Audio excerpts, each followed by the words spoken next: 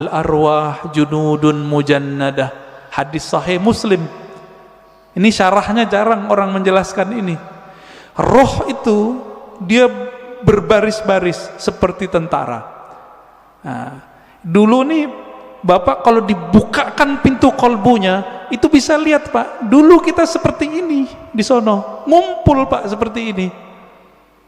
Bapak kenapa sebut masjid ini Masjid Nabawi? Karena merindukan Nabi Sallallahu Alaihi Wasallam.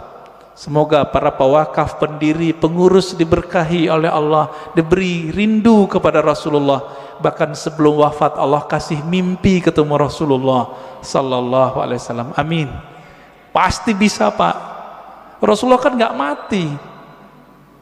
mati beliau, cuma pindah alam. Kalau kita bisa mati sebelum mati, bukan bunuh diri loh Pak ya, mati sebelum